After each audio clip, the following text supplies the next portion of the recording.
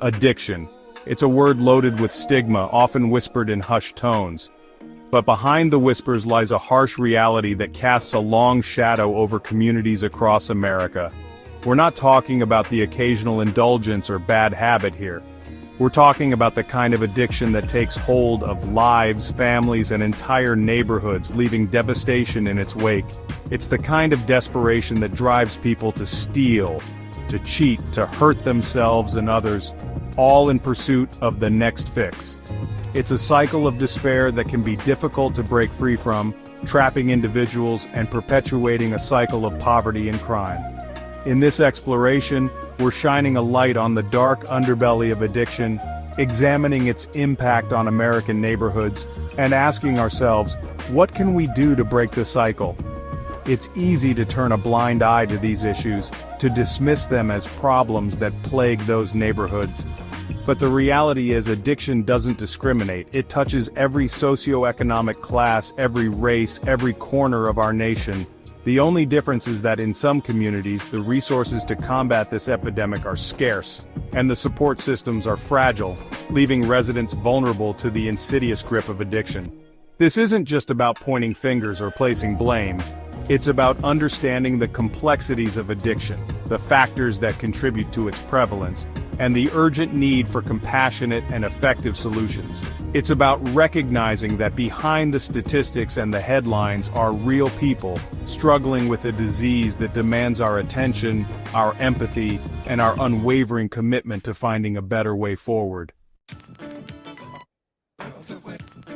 Addiction isn't a choice, it's a disease. It's a chronic, relapsing brain disease that affects the brain's reward system and circuits, leading to compulsive drug seeking and use, despite harmful consequences. Think of it like this. Imagine your brain is like a computer. When you experience something pleasurable, your brain releases dopamine, a neurotransmitter that signals reward and pleasure. It's like your brain's way of saying, hey, that felt good, let's do it again. Now imagine someone who uses drugs. Drugs like opioids, cocaine, and methamphetamine flood the brain with dopamine, overwhelming the reward system. It's like hitting the brain's pleasure button on overdrive. Over time, the brain adapts to this surge of dopamine, becoming less sensitive to its effects. This means that the person needs to take more of the drug to achieve the same high they once experienced. This is known as tolerance. But here's the kicker. As tolerance builds, so does dependence. The brain and body become so accustomed to the drug's presence that they can't function properly without it. This is when withdrawal symptoms set in. The chills, the sweats, the nausea, the anxiety.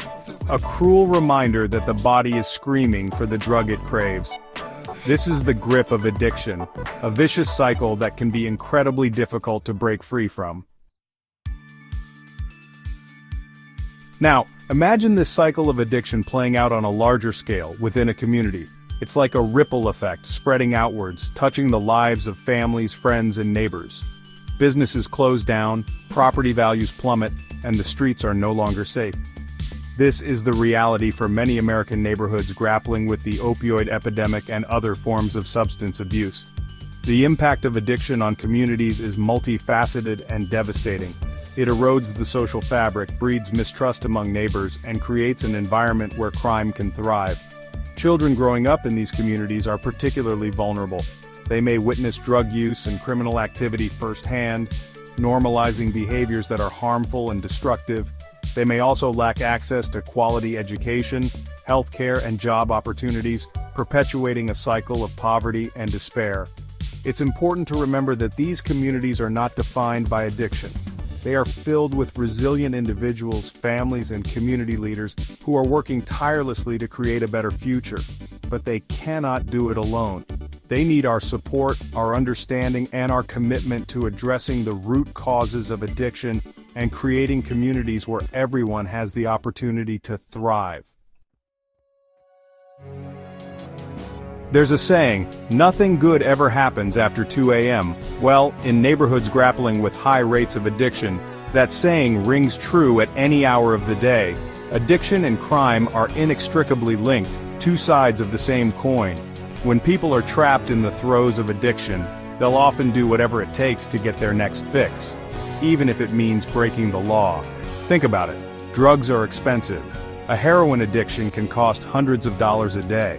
Where does that money come from when you're unemployed, unemployable, or simply can't hold down a job because of your addiction? The answer, sadly, is often crime. We see it every day: petty theft, shoplifting, burglary, prostitution, drug dealing, all fueled by the desperate need to feed a habit that has taken control. But here's the thing, it's not just about the addicts themselves committing crimes. Drug addiction creates a ripple effect of criminal activity.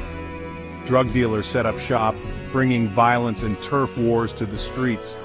Gangs exploit vulnerable individuals, using them as pawns in their illicit operations, and innocent people get caught in the crossfire, becoming victims of crimes they had nothing to do with.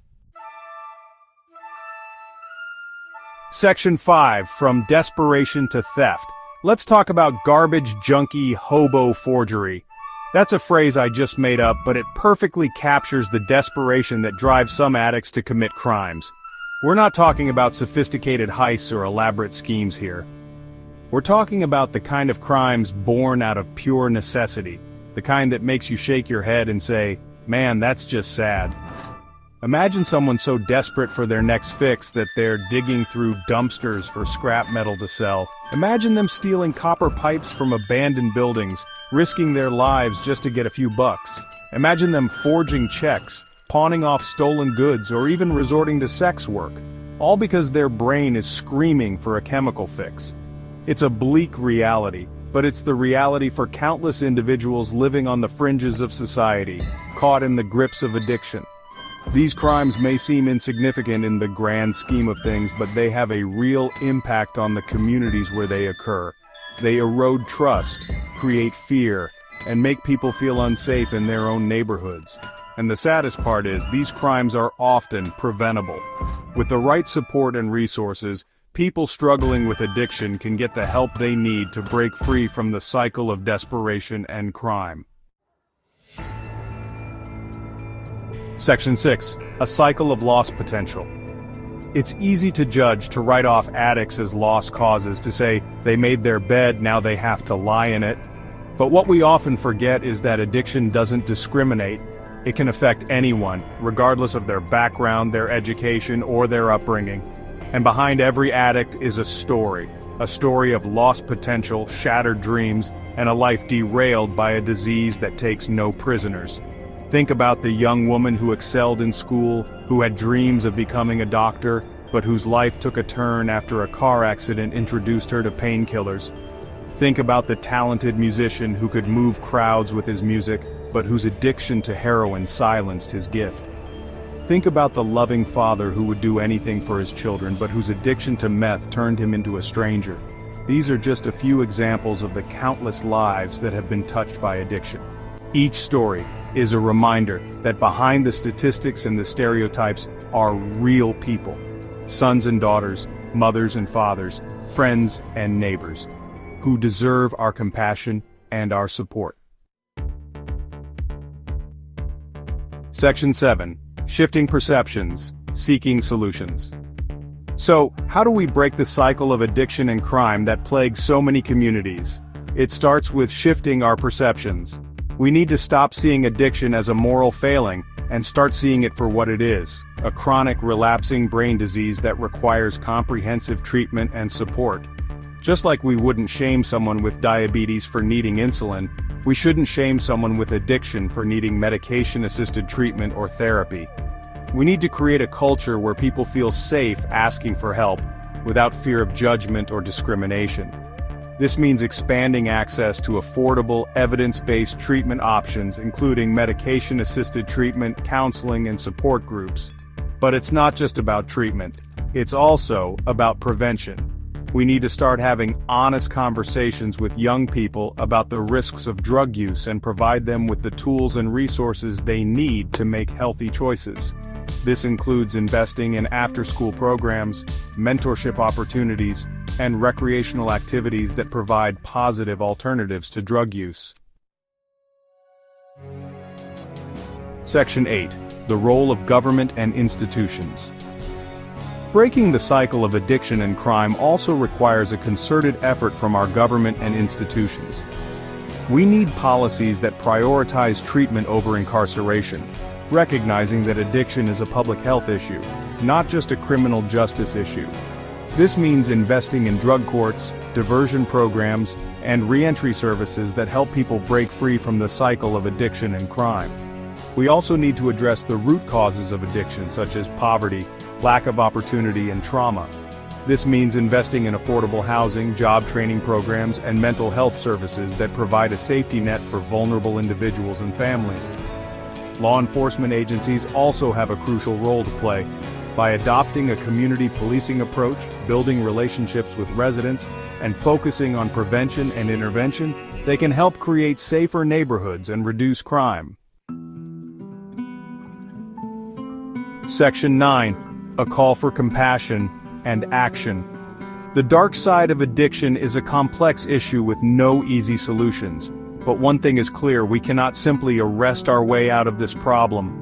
We need a multi-pronged approach that combines compassion, understanding, and a commitment to addressing the root causes of addiction and crime. This is not just a problem for those neighborhoods or those people. This is a problem that affects us all. When one community is struggling, we all suffer. It's time to stop judging, stop stigmatizing, and start acting. Let's come together as a nation to support those struggling with addiction, to create communities where everyone feels safe and supported, and to build a future where every individual has the opportunity to reach their full potential. The time for action is now.